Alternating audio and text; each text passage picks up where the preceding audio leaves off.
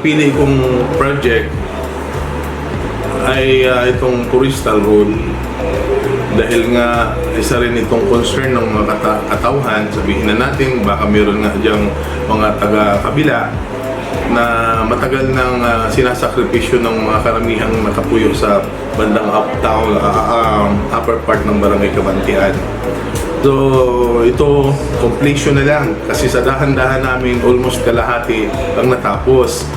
So salamat at meron tayong LCAP fund na para sa Barangay Kabantian.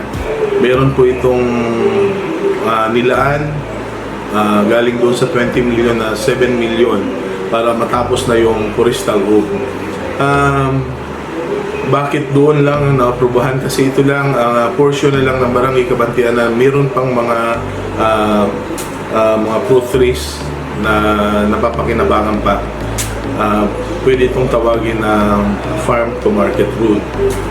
Pagkatapos itong ang pumasok lang sa amin na pwede sa guidelines ng LCAP is itong completion ng ating evacuation center.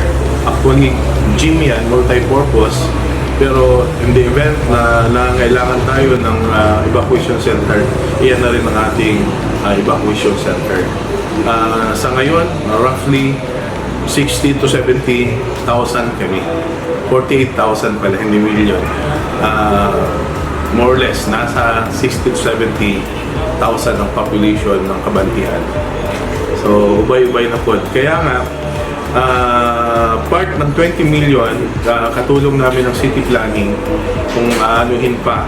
Meron tayong nilaan para sa food assistance dahil nga sa nakita din siguro ng city planning na marami ang nawalan ng hanap buhay dahil sa pandemya at meron ding cash assistance.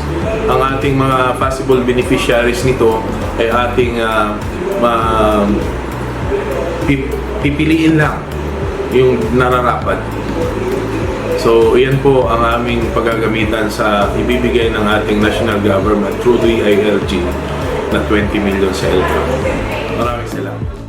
Ako, nalipay jud ko nga naanay nagduol sa amuang nga mo na nga project para masiminto na. Madayo na gyud ang siminto nga forever na gyud nga dili na kaayo so sa amuang. At least naka-join na ang siminto. Gikan dito, abot na diri sa amua. Sa government? Ay, susdak ko kay kung kalipay nga ang government nagpakialam sa barangay. Okay, naamang isahay nga. Dili gani ang gobyerno walay pagtagad na sa ingon anak nga sitwasyon. Bahala na din na sila kay mao na ilahan ni inana o anami ko ana ng government kay kuan uban bayak kurakot. Ana ako nalipay ko nga mao ni ang naabot karon dere sa amoa.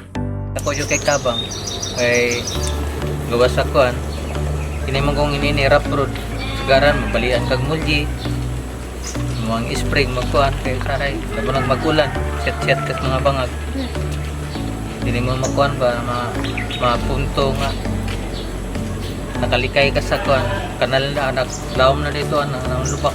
Salamat din kay mi sa gobyerno nga pasiminto ni ako kay nigtabang sa mga alas dirita na ako kay nag-advantage ba ranang uban na nadas bukid na yan kuan nila silang produkto ba sayo na lang kayo.